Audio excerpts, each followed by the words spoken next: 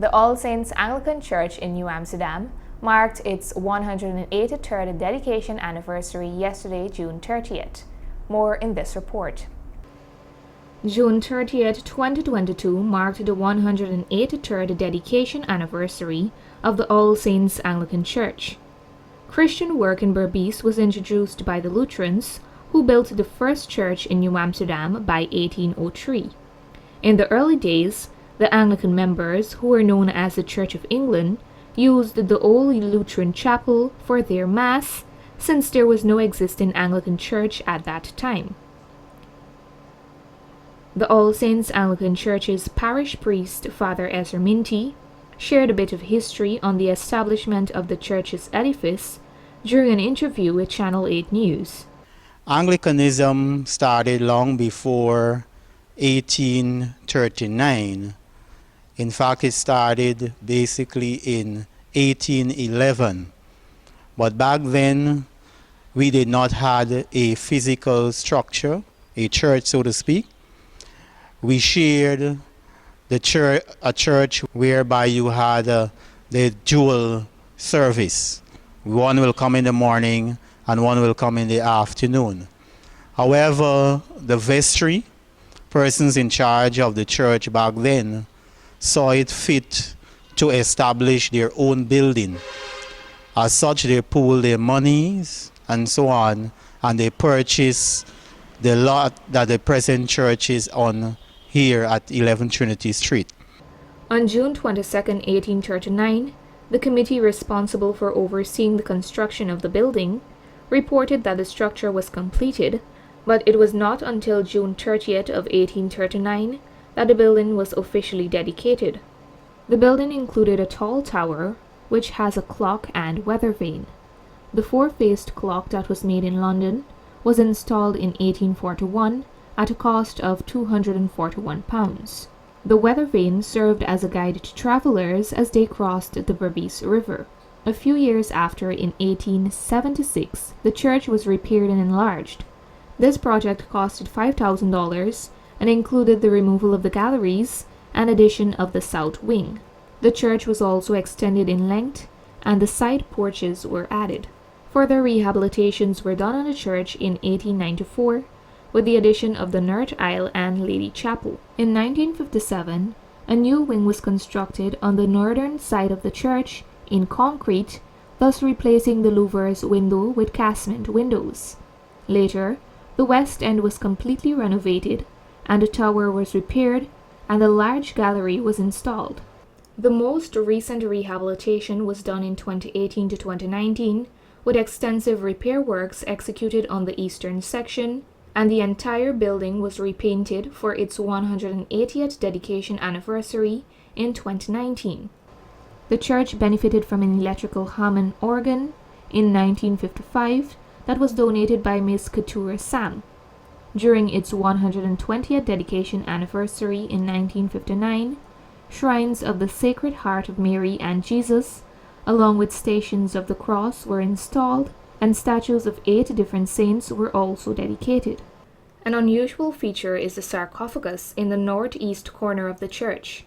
It is a small room that has a tomb of Christ, with a life-size statue lying in the tomb.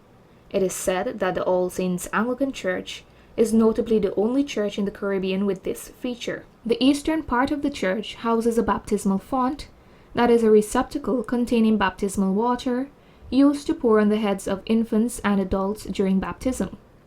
Reverend Minty is notably the first priest of the All Saints Anglican Church that has grown up in the church.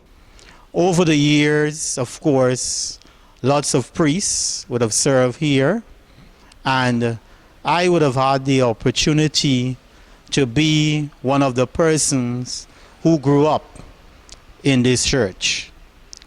For a number of years, since 1991, I was confirmed here, and I started my ministry as a server, and after then I was a lay minister, and then a deacon, and then a priest.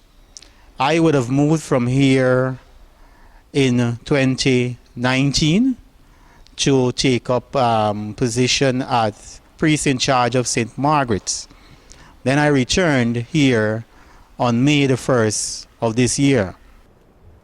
He has even had the opportunity to interact with a number of past parish priests. I served under numerous of priests, Father Sidney Thomas, Father Spencer, Father Garfield, Father Hoyt, Father Rory Hunnigan, Father John Rodriguez, and Father Raymond Cummins. They would have been an inspiration to me. However, my main role model was Archdeacon Thomas, Sidney Thomas, who really captured everything that a priest should be. And he was the one who was my inspiration to becoming a priest.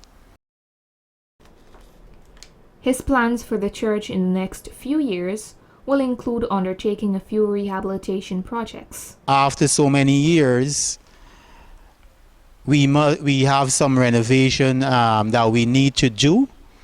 For example, the water is coming down from the tower, so we will have to get the tower fixed, and the roof is leaking some places. We'll have to get that repair also.